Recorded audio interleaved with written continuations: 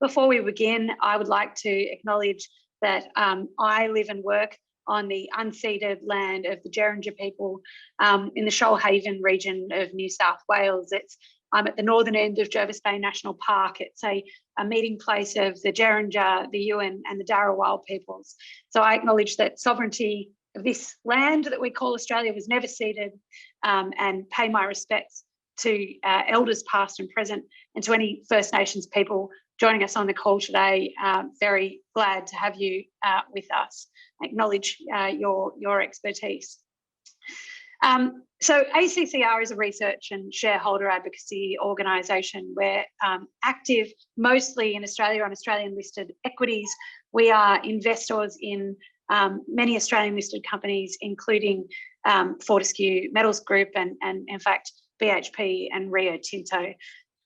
So the big end of town in the global iron ore sector is of huge interest to us and to our stakeholders. So ACCR, we cover the full range of ESG issues, from climate and environment matters through to labour rights, human rights, and of course First Nations issues that we're here to discuss today. Just going to make some quick introductions and then hand over to our expert speakers.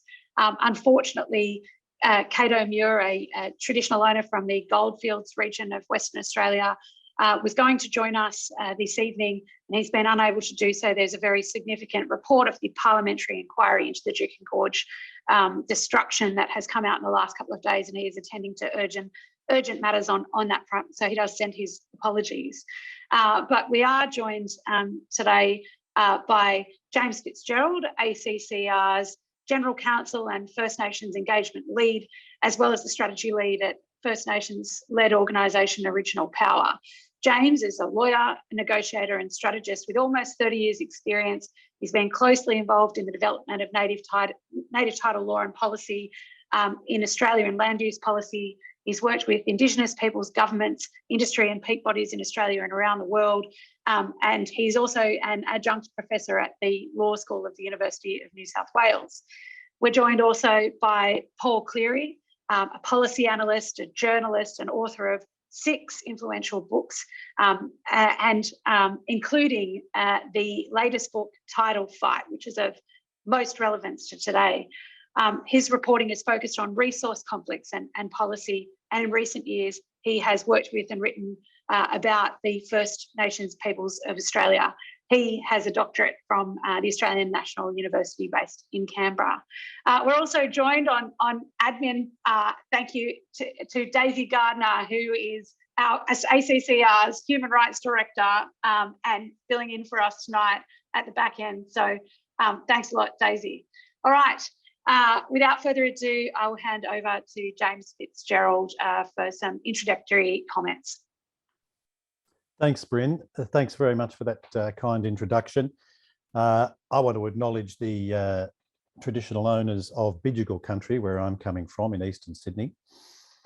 We're sorry that we won't have Cato here with us tonight. I was looking forward to hearing an update from him on the engagement with the state of Western Australia in relation to the Aboriginal Cultural Heritage Bill there.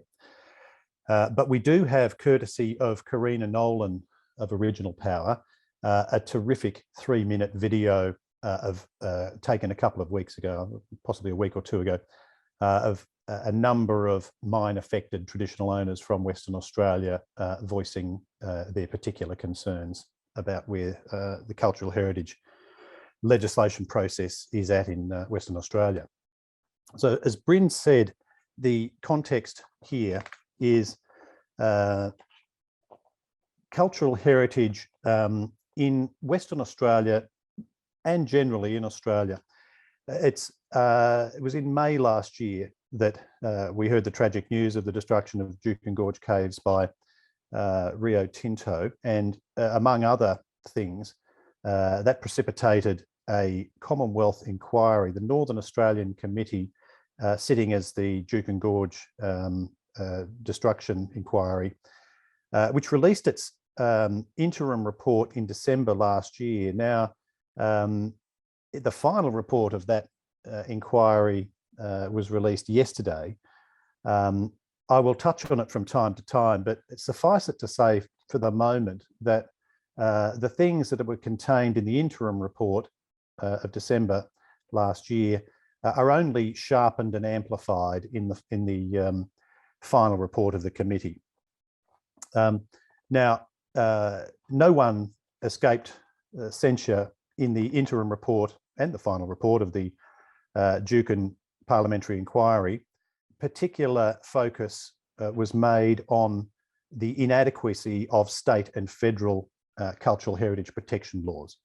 So the upshot is that, you know, what occurred would not have been possible if there was adequate regulation of cultural heritage management in relation to the destruction of the Juukan Gorge Caves. In its interim report, the inquiry includes recommendation number 2 to replace the Aboriginal Heritage Act of 1972 as a matter of priority.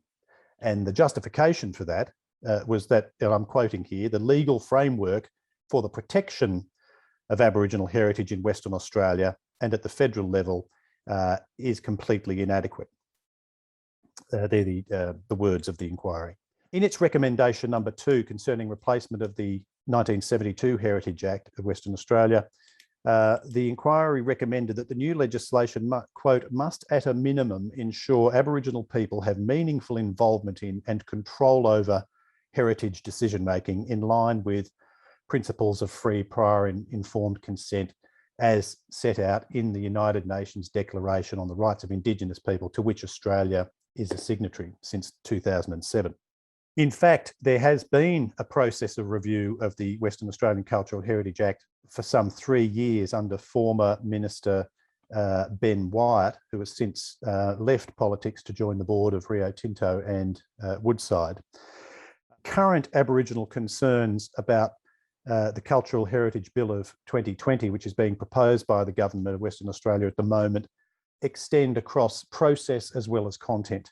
There are complaints of lack of due process. There have been some 25 versions of the bill now, I understand. Limited Aboriginal involvement in the development of the bill. There have been plenty of information sessions, but as I understand it, very little consultation or genuine engagement in the co-design of this bill. In relation to the content of the bill, the concerns of Indigenous people, some of which you'll hear from their mouths in a moment in the video, include that there is a lack of meaningful involvement of traditional owners, that critically the minister is still the final decision maker without adequate rights of appeal, and the inquiry has highlighted the chronic conflict of interest that the minister in Western Australia faces, having responsibility to maximise revenue from mining and also the protection of cultural heritage. So another, I mean, this isn't this isn't just one party wanting one thing and another wanting another. There are serious structural and ethical issues involved. Lack of adequate appeal rights, lack of support for the prescribed bodies corporate, the unitary entity of Aboriginal groups that will be required to engage in these processes. And also that key aspects of the bill are still subject to regulations that haven't even been released in draft. So these concerns and others, as I said, you'll see in the film. You'll also see them recorded and summarised at paragraphs 4.82 to 4.95 of the Juukan Inquiry's final report released yesterday. Daisy, I take it we've got the screen going. Moving on to the shareholder resolution. Let me just go up to the next slide on the resolution. I won't read the full text. It runs to a full page, but in essence, our modus operandi is that we work in partnership with Indigenous peak bodies around the country. We've been requested to file this shareholder resolution. We believe that it is in the interests of the company. And in summary, you can read the full text and our supporting statement on our website. In summary, we are asking that Fortescue Metals publicly support part of recommendation 2 of the Juukan Inquiry interim report That is saying that there needs to be new legislation up to that FPIC standard, up to modern best practice standards. Secondly, that there should be public support for the West Australian Aboriginal people's calls on the government there to pause the enactment of the current Aboriginal Cultural Heritage Bill and to enter into engagement in good faith with Western Australian Aboriginal traditional owners and their representative organisations to co-design the new West Australian Cultural Heritage Protection laws and regulations. And thirdly, we asked that the company ensure that the advocacy of its trade associations, in this case, we shouldn't have referred to the Minerals Council of Australia. FMG is a member of the Chamber of Minerals and Energy of Western Australia.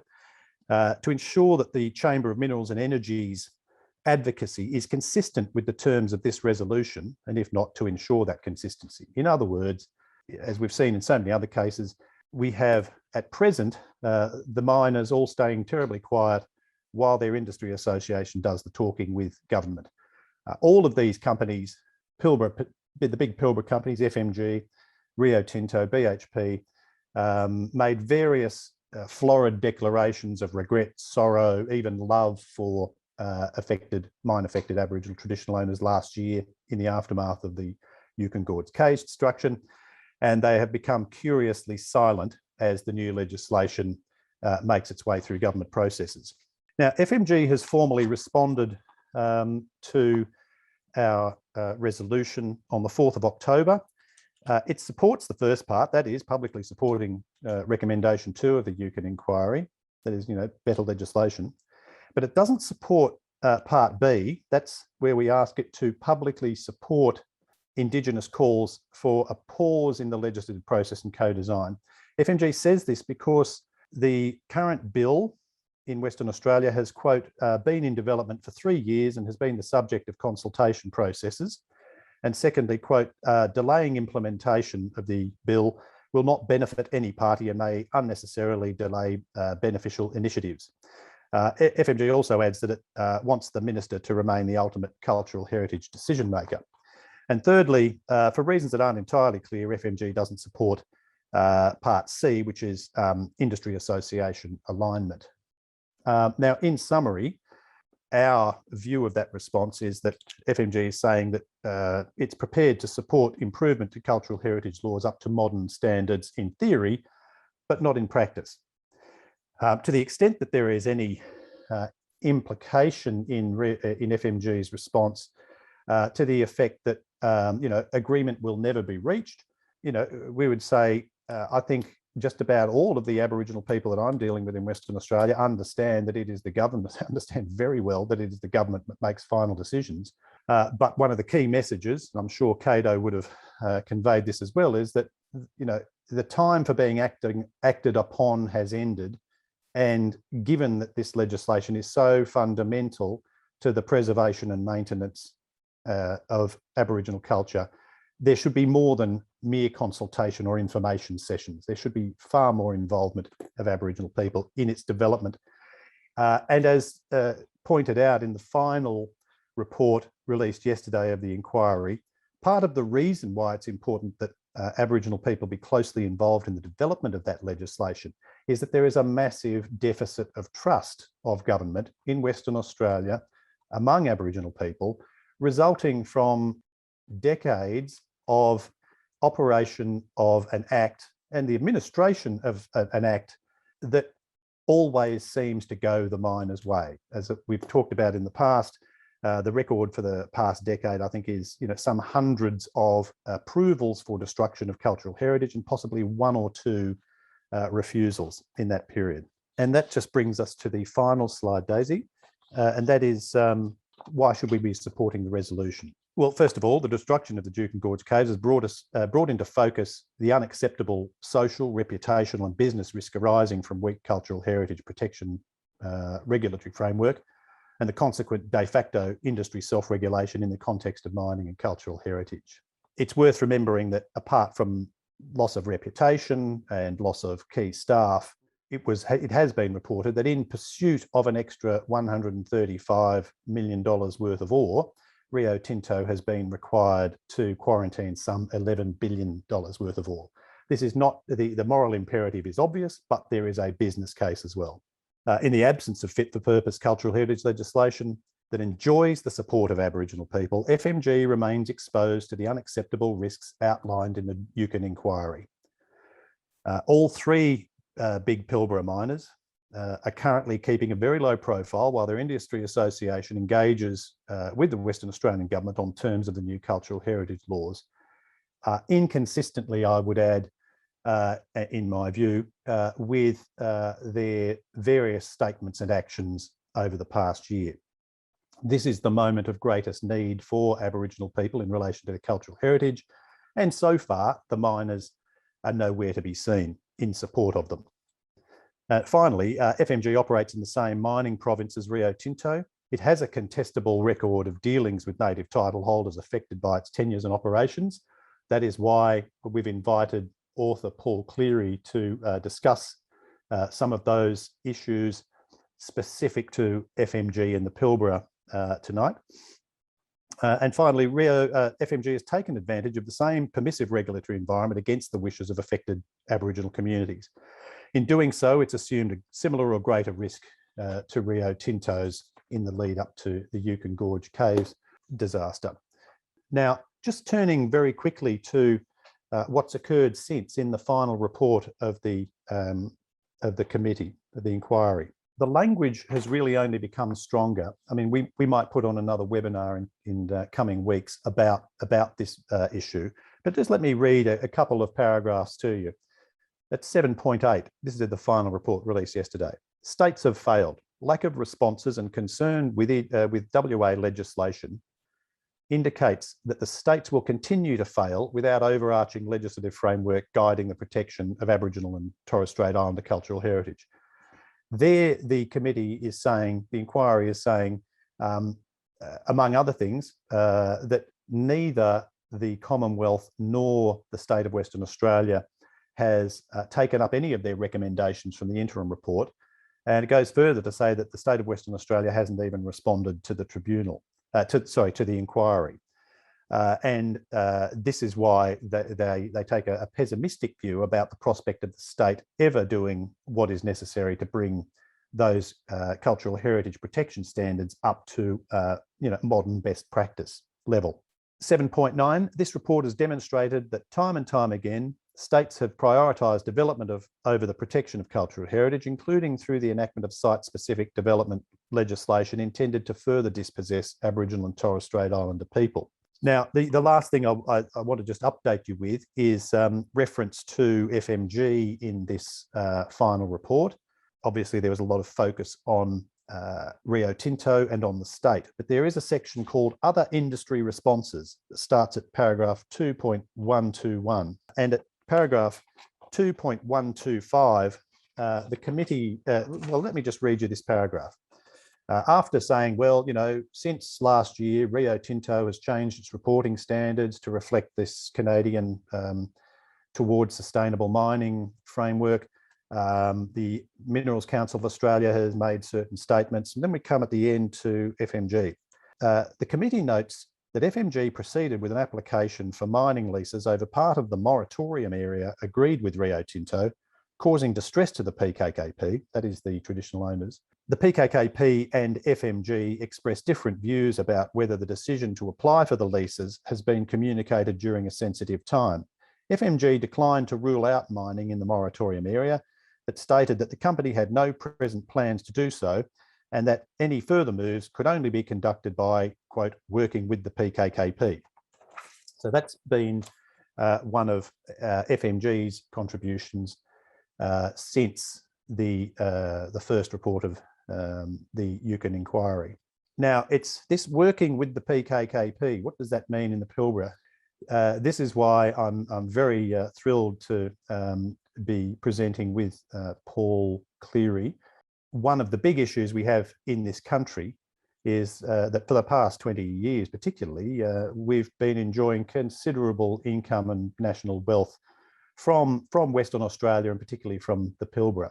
One of the big issues is that most of the Australian public, most investors, have very little idea how it all works in the Pilbara. And Paul has really done an extraordinary job in bringing the reality to the cities, to bringing the Pilbara to the cities. And I will always be grateful to him for that. But before we go to Paul, Daisy, I wonder whether we can have a look at this short video. Aboriginal traditional owners of Western Australia, many mine affected, some of whom are old clients and friends of mine, speaking about their particular concerns. That's a no-no, that's wrong. We want the right to negotiate what's in that act. The act in its current form is not workable with us.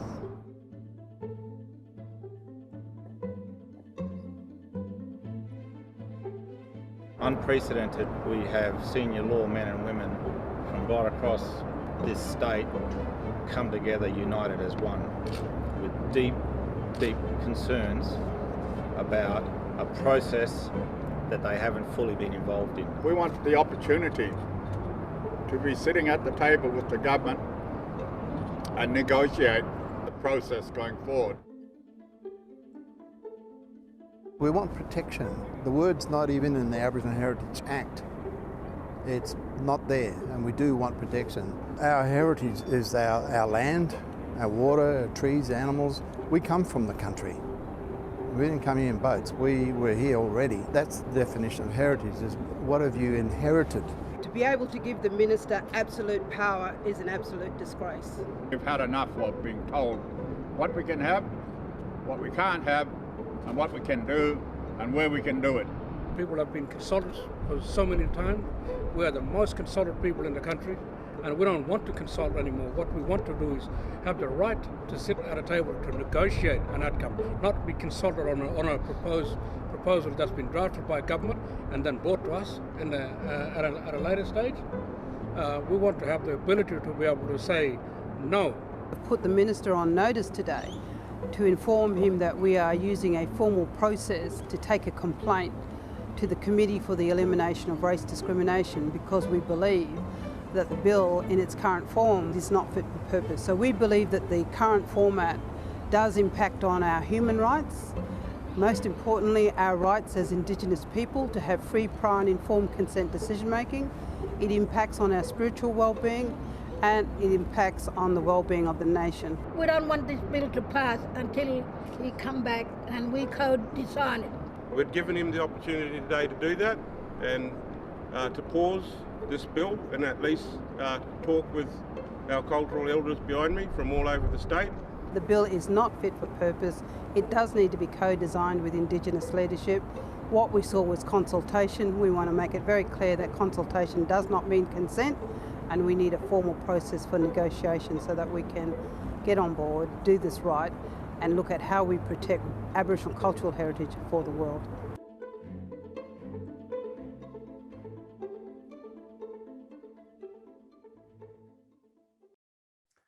Thank you very much, Daisy, and thanks again to Karina Nolan of Original Power for making that video available to us.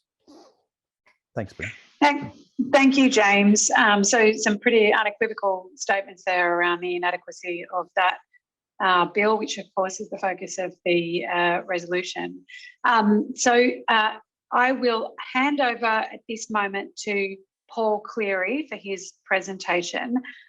While Paul is getting set up with his slides, just a reminder that you can put questions into the chat. Please do so while Paul is speaking, and I will collect them and collate them so that we can have a question and answer session addressed to both James and Paul immediately after Paul's presentation. Over to you, Paul. Thank you very much, Bryn, and thank you to ACCR for the opportunity to speak to all of you this evening. You can see my slides there. Yep, good. Okay. Well, look, before I begin, obviously, I want to acknowledge the traditional owners of the land on which I'm located at the moment, the Camaragal people of the Eora Nation. But also, as well, I especially want to acknowledge the Yindjibarndi people, who are the focus of my talk this evening and who I've had the privilege of working with now for over 10 years, actually. In fact, I began writing about this issue as a journalist, and then I made it the focus of my doctoral research, and then finally turned it into this book. And one of the things about this issue is that I've covered a lot of resource-related issues over a period of 15 years, starting with the Timor Sea and Australia versus Timor-Leste. And this one has just sort of done my head in. And every time I go to talk about it, like just prepping myself for this presentation, actually took a lot of work, because there's just a lot of detail there, and that simply reflects the scale of the contestation that's gone on over a period of 13 years. And I come up with a figure of 670,000 words of legal judgments and tribunal decisions that have gone on here. But I'll try and keep it simple, and as a journalist, to really sort of cut to the chase and not to get too bogged down in the detail. So one of the things I want to address, though, and James actually made this point to me in terms of where a lot of the people here are coming from, and that is that there's a lot of rhetoric that's put out there about FMG and the way they operate, and they're very skillful at doing that. And you might have heard this figure. I've got a few quotes here. The first one is from the website of 6,000 or so Aboriginal heritage places that the company is protecting. And so we'll sort of put that in context in terms of the way they operate on the ground. It is a very big figure, and that figure's been derived because when FMG has gone to mine, they've had to do these heritage surveys under the State Act, the ACH, and the company has identified these places, and you could say that they are protecting them, but I guess I would argue there are many more, in fact, that have been impacted or that aren't even part of that calculation. The second quote is from Elizabeth Gaines that was put to the Juukan Inquiry, and that is the company boasting that, unlike Rio Tinto, there are no gag clauses. So I'll be putting that in context in terms of the way the company operates in practice on the ground. And thirdly, this idea that FMG has generated jobs and contracts for Aboriginal communities. I think where the company's coming from is this comment that they can be part of what we're doing. So it's very much about what FMG wants, what its business priorities are as a super profitable corporation, as opposed to thinking about things like self-determination and what traditional owners really want out of all of this, and whether they actually really want mining on their land in the first place.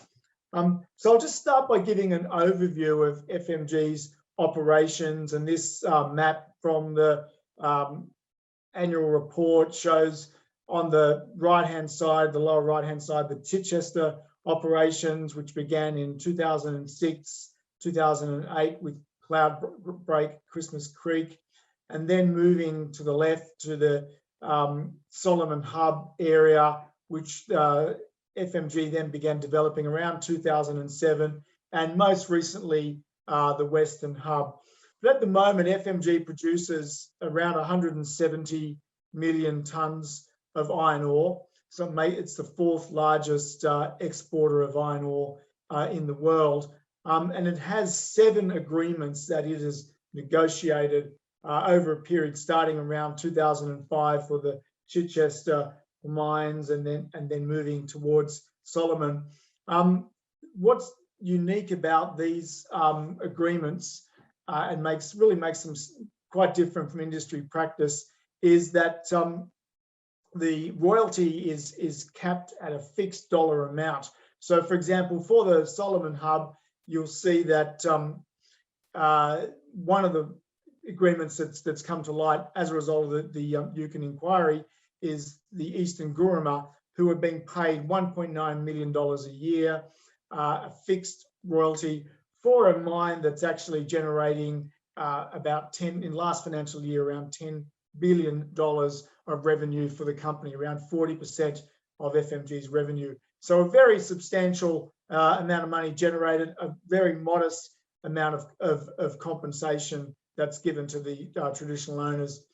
And the other aspect is that the agreements are structured in a way that they don't specify a particular mining project, and they give the company essentially unfettered access to that land, whether it be a claim or a native title determination area. What's also really interesting is the way that the company's gone about securing that consent.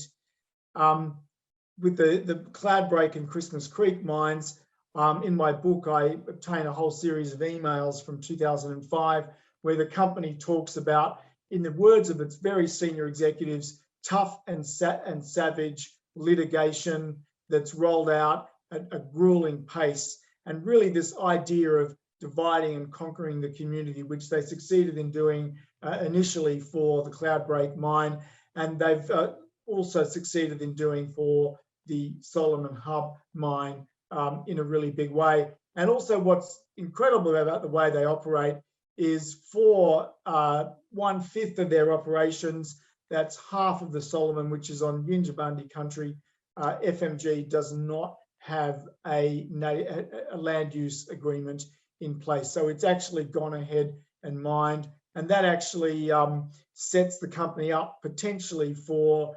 compensation down the track, and the Yindjibarndi are preparing to do that right now. And in fact, FMG joined the Yindjibarndi native title claim in 2012, and Justice McKerricher at the time allowed that to happen because he said the company actually faced a compensation claim in the event that the Yindjibarndi obtained a native title, which indeed they did. Just one other really interesting aspect about the way FMG operates, and that is its mines are more expansive than intensive.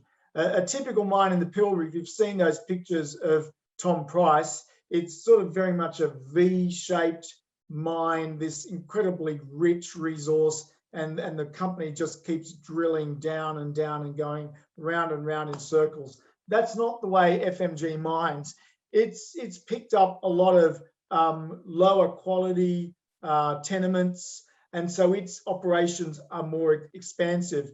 And in fact, FMG, to its credit, it actually releases its strip ratio, which is actually simply the tonnage of waste rock and earth that it has to extract for every ton of ore. And for the Chichester mines, it's around 1.8 tons, which is more than double that of the Rio Tinto mines 60 kilometres away. It's lowered to some extent by the Solomon mines, which are more typical, but overall it still has a high strip rate. And FMG describes the mines as having a low and shallow ore body, and they have these scraping machines that come along with portable conveyor belts to extract the ore. And this, of course, means that the company then has a much greater impact on Aboriginal heritage because it's simply mining over a much greater area. So to talk about the Yindjibarndi people, who mainly reside in the town of Roebourne, it's a largely Aboriginal town. That's actually about 100 kilometres away from their traditional country, which is actually up in the highlands. And the Yindjibarndi people, in fact, were less impacted by the early period of colonisation because they were living in this more remote, inaccessible part of the Pilbara. But as a result of the pastoral industry pushing them off their land, they ended up in Roebourne from about the 1960s onward, when the pastoral industry began discarding Aboriginal labour. And they're surrounded by these very well-off, purpose-built mining towns of Karratha, Wickham and Dampier, which are sort of 10 to 30 kilometres away. However, even though they were pushed off their land, they still have retained a very strong connection to their country. And that's one of the things that comes out, I think, in the in their story, which is in my book, and in the court cases where I quote a lot of the evidence, that they have some really quite amazing spirituality and ongoing connection to their country. And after lodging one of the very first native title claims in 1994, they received some recognition over their country through a judgment of non-exclusive possession in 2003. And then they lodged a second area in that year as a result of not sorting out their boundary at the time. They then lodged an area which I'll explain with this map. So the original claim is that middle area, which is the white area with the red exploration leases over it. And below that green line is the area which adjoins the Banjima and the Eastern Guruma peoples. And that was then determined in 2017 by Justice Stephen Rares, where they received a determination of native title, of exclusive native title possession. In terms of FMG's relationship and how they've got on with the Yindjibarndi, they began exploring on their country in 2007. This is while they still had a claim. They weren't able to reach an agreement over a period of 2 years of negotiations.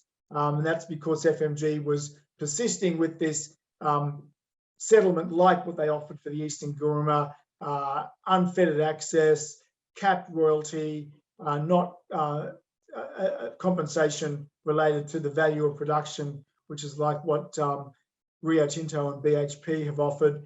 And so from 2010 onwards, FMG then began supporting the formation of a breakaway group.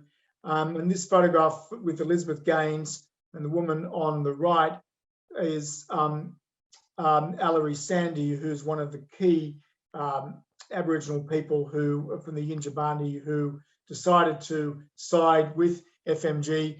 I've interviewed pretty much all of the key people from the breakaway group, and their view was that they simply didn't want to have a big drawn out battle, and they had a view that they just couldn't win, basically. Whereas the leadership of the Yinja Corporation, led by Michael Woodley, whose picture's on the cover of my book, he really had a view that what FMG was offering was pretty poor. It wasn't really respecting the Yindjibarndi people, and he was really up for a fight. And it has turned out to be one of these really sort of epic battles.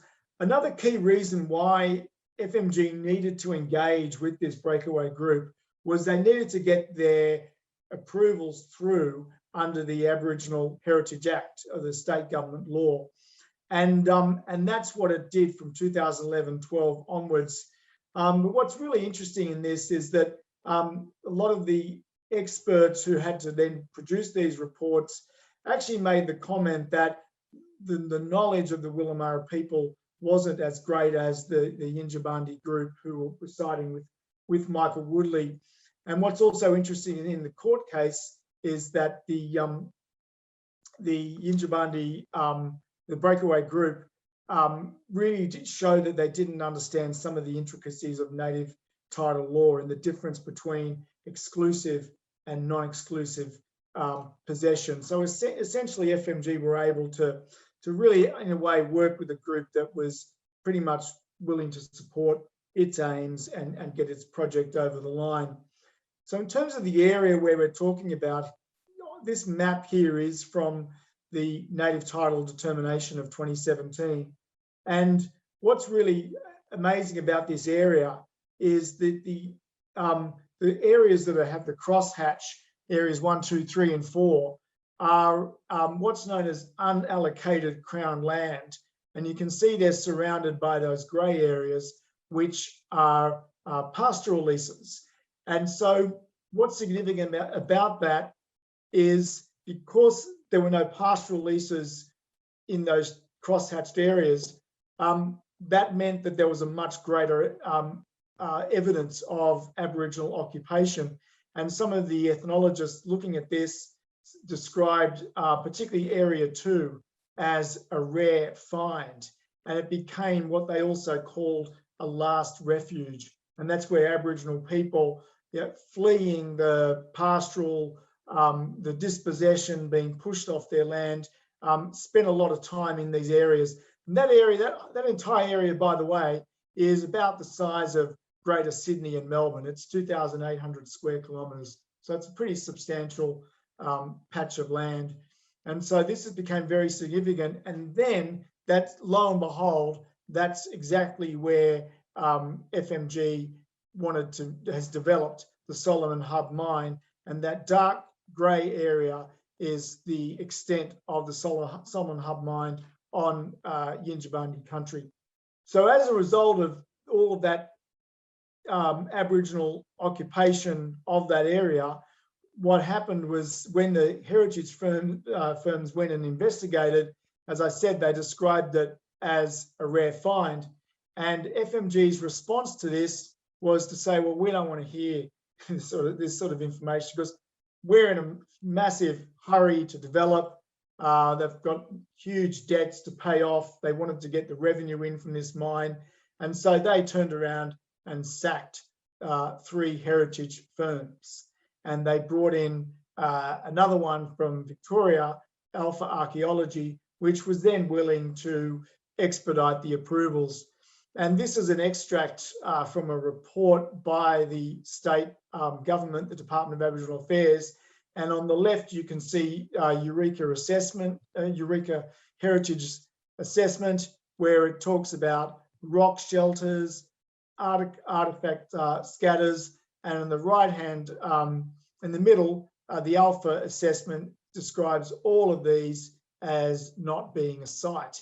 And the Department of Indigenous Affairs estimated that Alpha had underestimated the Aboriginal heritage by 30%. This is again another part of a Alpha report detailing previous studies by really reputable firms, and them saying that essentially there's more work to be done. Some of these are described as rock shelters, sort of, potentially Juukan Gorge types rock shelters. There were a couple where they'd actually carbon dated the evidence in there, going back between 46 and 50,000 years.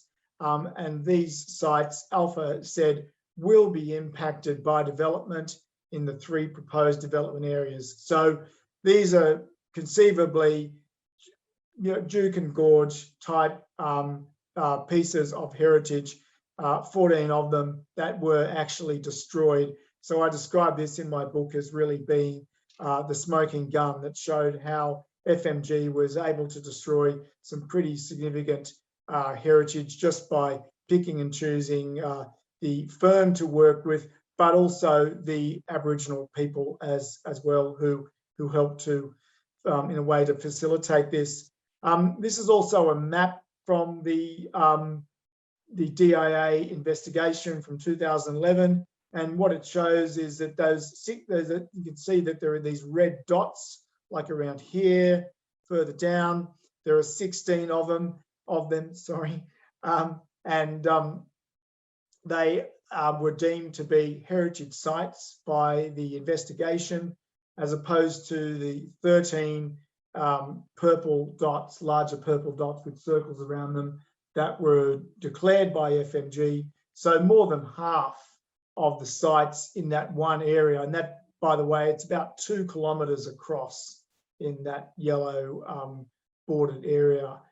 So a very intensive, particularly around waterways. There's a creek known as Kanjarina, which was where they were discovered a large amount of heritage, and that's from that particular area. Another practice as well was for FMG simply not to identify sites by saying that the terrain was too steep. And this on the right is a heritage work instruction, and there's a quote down the bottom where they talk about the areas were deemed to be surveyed if owing to terrain walking difficulties. So what's interesting about this is that when FMG says there's no gag orders, well, that's partly because they're actually able to achieve compliance from the native title party, because with the breakaway group, there were no objections to any of the applications made under Section 18 of the Heritage Act to impact on sites. So in a sense, that's, you don't need a gag order when you've got complete compliance. The other thing that FMG did in the case of Eastern Guruma, they withheld royalties over a period of 2 years because the Eastern Guruma were raising concerns about these practices.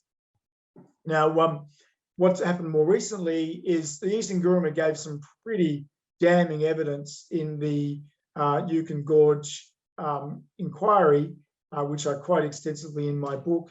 But more recently, FMG has in fact announced a 10-year, $500 million mining services contract with the Eastern Guruma Corporation.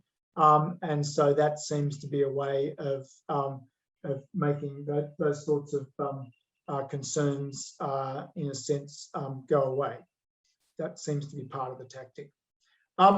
Just one part, I want to address this really important issue, which is one that comes up a lot about FMG saying that we've got jobs, we've got contracts for Aboriginal communities. And I suppose I'd say to that, and what Aboriginal people have said to me is, well, we don't necessarily want to go and work in mines and be part of the destruction of our land. And that's obviously a view I think that should be respected. But I think in the case of a lot of mining companies, it's essentially to say, we'll give you a job or a contract and you should be happy with that. But I think what the Yindjibarndi people have really shown is they're all about self-determination. They really value their culture. They really value their tradition. They're very spiritual people. That picture on the left is the old Victoria Hotel, which just did untold damage to the community from the 1960s onwards, when you had thousands of mine workers flooding into the town, drinking there, and really just causing complete social mayhem and breakdown in the community. And it's on that footpath right outside where John Peter Patt in 1983 was bashed by 5 off-duty police officers and later died in custody. And the Yindjibarndi Corporation actually went and bought that building and the land around it, and have turned it into a fantastic cultural heritage centre on the ground floor, a business centre on the top floor where they rent it out to community organisations and businesses that work in the area to bring in income. So the Yindjibarndi people, I think they're showing really what can be done, and it doesn't have to be all about jobs in mines. It can be about people valuing their culture. And I think that's something that really should be part of the equation. And with FMG, it's not, because Greg McIntyre SC, who actually was engaged as part of this dispute to act for the breakaway group, made the observation that there's no trust fund as part of this proposed agreement. And that's because there's so little money. But those trust funds should be a part of it, and there should be money being put aside and into various cultural, educational and health services, so that the communities can really, have that balance and have it about the things that they value, as opposed to being told you can be part of what we're doing. One of the great things about the Yindjibarndi people is that they've actually gone back to their country. On the right-hand side is a community called Nirwana, which was actually a community set up from the 1980s onwards. Even before native title, they were able to get back some of their land. So they've been going back to their country. Whereas at the same time, FMG has been saying these dreadful things to their shareholders, that this is a community, we won't empower this community with tens of millions of dollars of your cash, which is one of the, so the idea of a complete denial of the right to self-determination is actually really what's going on here. And that's something that I think that FMG should really be challenged on. Another thing that they've been doing is preserving their culture. A fantastic organisation called Juliwalu. I urge you to go and check out their website later on. Producing some really detailed films and monographs about their cultural practices and about their land and the country that they love dearly. They've also set up their own radio station, which broadcasts across the Pilbara, and it's really about giving Aboriginal people a voice and really telling their stories and getting on with what they want to do. I'll just start to wrap up now because I think I might be pushing my time limit, but just to make the point that the issues I've raised here are still very much on the agenda. And right now at this moment, as we've seen FMG taking out a large swathe of country, this is in the Gascoyne region. I think what a journalist estimated this is about the size of Portugal, and in the Kimberley as well. And so I understand that FMG is now going around looking to sign similar agreements like what they did with the Pilbara communities to give the company unfettered access to Aboriginal land in order to expedite its laudable projects, by the way. I don't criticise them in terms of what they want to achieve, but the means of going about doing it, maybe they need to be challenged. And I'm, with that, happy to take any questions. So thank you for listening. Thanks so much, Paul. I'll just remind people we do have this webinar scheduled until 6:15, so we will go into that over time. We've got another 20 minutes for Q&A, and if we do wrap up earlier, we can do that as well. Please do get your questions in the Q&A or the chat. Paul, I'll just go to you first. Really, important reminder of the kind of ongoing nature of colonisation at the end there, and how attentive do you think investors should be to exactly these kinds of issues that we've seen in the iron ore sector when they start looking at massive renewables projects of the kind that FMG are considering in the Pilbara and the Kimberley? Yeah, no, look, it's a really good question. Extraordinary, I found that in what's happened here, and with these maps showing this vast territory, no mention of Aboriginal people. And Dr. Andrew Forrest spoke at the press club just last week, there were no questions about this at all. The New York Times just ran a very extensive piece about Dr. Forrest's hydrogen ambition, and I couldn't find any reference to Aboriginal communities in there at all. Now, that's written by an American, so maybe that might explain that lack of perspective. But I think it was James that mentioned earlier that just what Aboriginal people are getting out of this should be at the forefront of the sort of conversations we're having. We're talking about people who are dispossessed, people who are have just been absolutely marginalised by all of this wealth generation that's gone on. There's a study that was conducted by Professor John Taylor from the ANU, which was commissioned by the Pilbara communities, and it argues that for 2/3 of the 11,000 Aboriginal people living in the Pilbara, they're actually worse off as a result of classic resource curse stuff. Prices going up, costs more to live in the region now because there's so much money sloshing around. So yeah, I really think in framing it as you have, Bryn, in terms of colonisation is a really, really good way of putting it, and it has to be in the forefront of the way we're thinking. And unfortunately, it's not. In fact, one of the pieces I wanted to write out of my book, which I haven't actually been able to get published, is just about that. I mean, what all these dividends raining down on shareholders, Andrew Forrest getting paid $2.4 billion. All of us are benefiting through our super funds. Those of us who are, have a balanced portfolio are all getting money out of this. and yet we have Aboriginal communities in the Pilbara either getting a pittance, or in the case of the Yindjibarndi, not even being paid at all, not being paid any royalty for the plundering of their land. It is just criminal. And I can write just one thing with my book. I actually do want to actually put my book in for the Ned Kelly Crime Award, because what's going on here actually is a crime. And if it wins, I can, sort of shout that from the rooftops. This is a $20 billion crime. Thanks, Paul. I'll come back to you in a moment. There's another question about the hydrogen expansion. But just I'm going to throw to you, James. There's a question from Alison George from Regnan. She says, welcoming the video's encapsulation of co-design as the ability to sit at the table and negotiate legislation. Are there other expressions of what is meant by co-design that you would point investors to?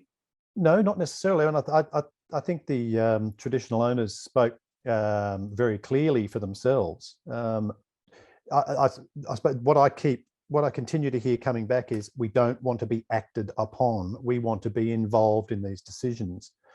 And by the way, there is an undercurrent in this entire debate. I'm not sheeting it to FMG. There's an undercurrent in the entire debate. If you give Aboriginal people control over the cultural heritage, you never get any mining done. Now, that's actually not my experience at all.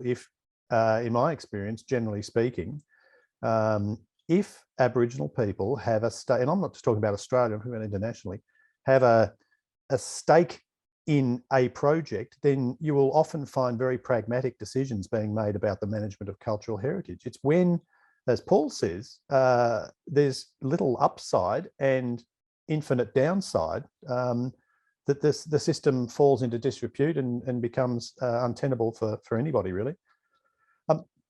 And slightly related, there's one thing I wanted to follow up on though. I'm sure some of you in the audience might have the opportunity to put some of the things that we've just been saying to FMG. One of the answers you're likely to get is, yes, but all of that was in the past, and most, if not all, of the executives now are new. We weren't here when the mining leases were obtained. Well, there's at least a couple of responses to that. The first one is, well, some of you might be new, but you're using the same consultants and the same methods. And the best way to demonstrate that is that in 2020, on the back of sort of the postscript to Paul's story of the Yindjibarndi, in 2020, the company sought the leave of the High Court effectively to reopen fundamental principles of the Mabo decision. In other words, what does it take to prove that you've got exclusive possession to land if you're a traditional owner? That was in 2020. That's the current crop.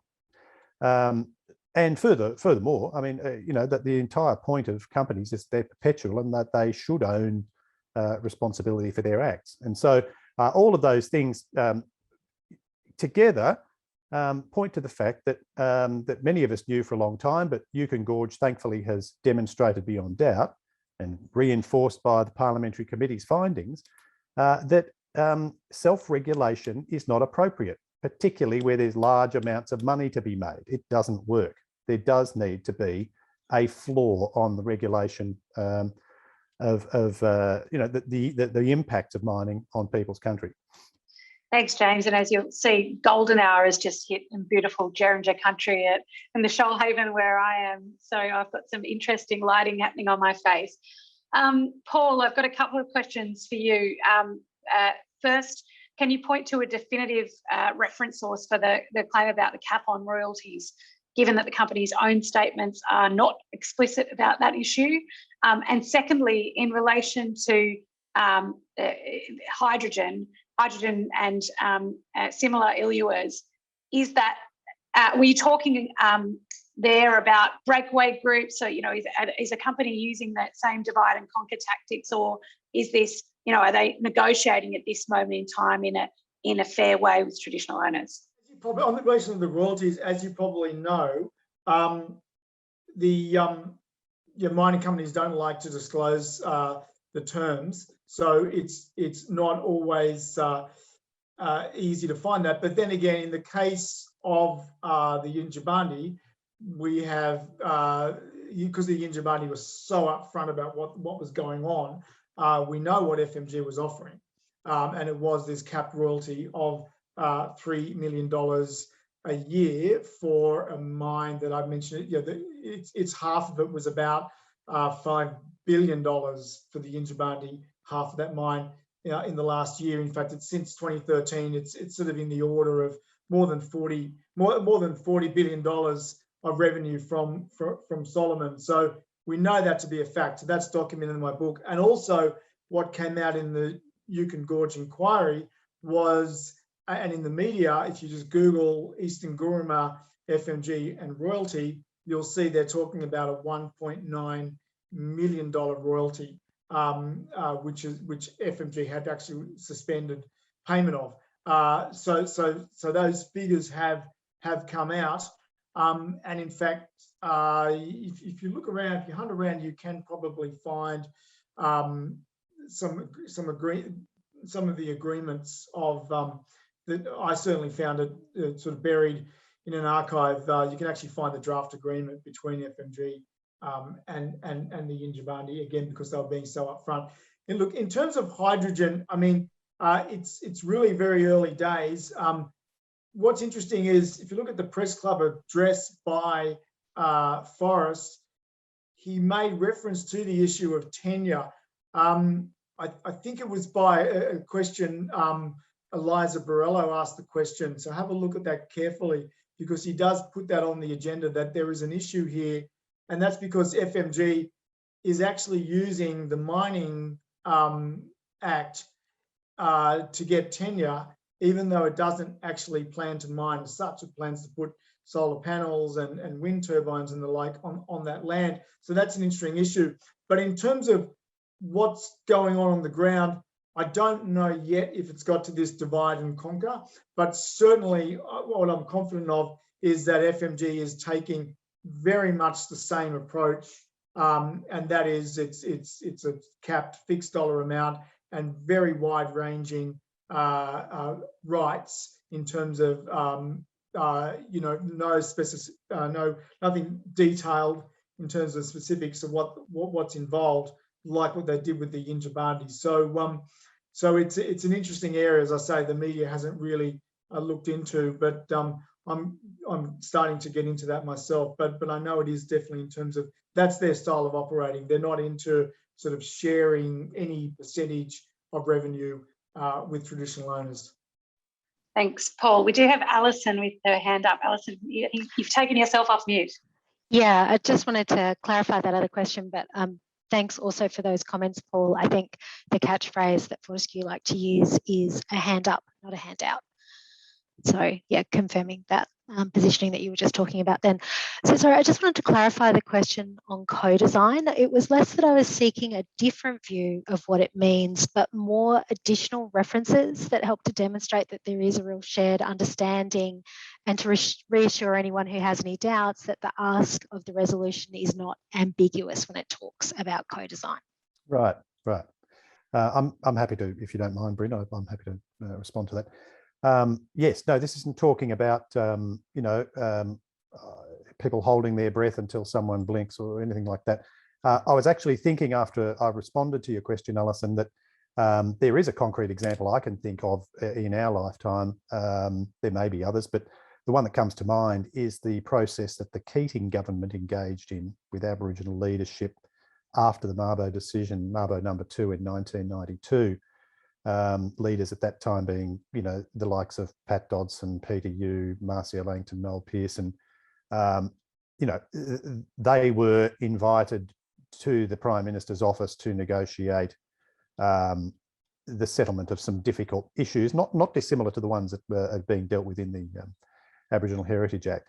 But this idea of this binary idea that it's going to be one or the other that wins, etc. It's not a satisfactory or durable basis for the management of cultural heritage going forward.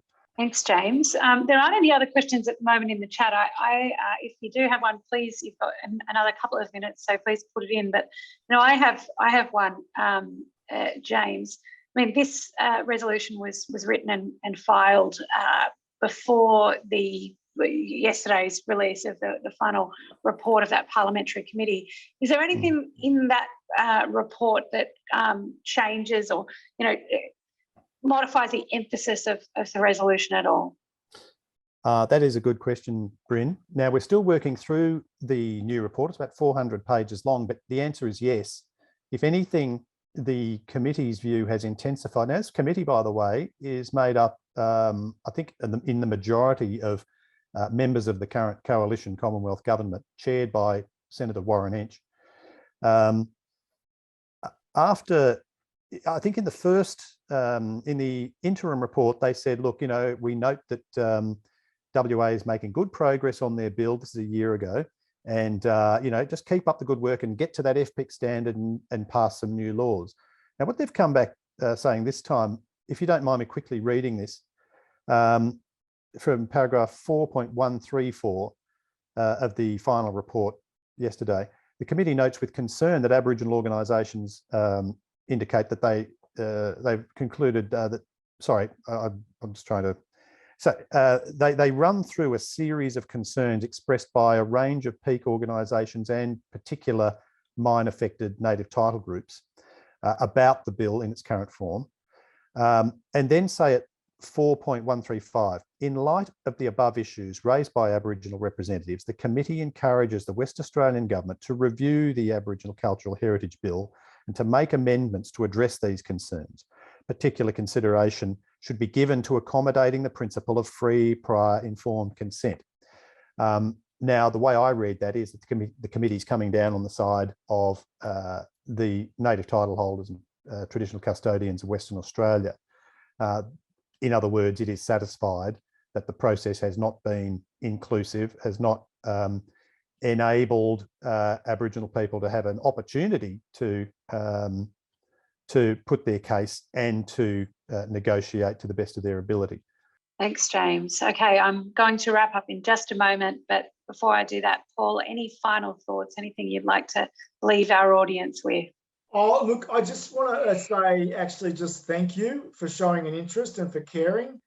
And I just think, it's just the heart of what it is being an Australian to care about this stuff, really. And as I say, I've just been gobsmacked of late when you read all this stuff going on with the hydrogen and like no one mentions Aboriginal people.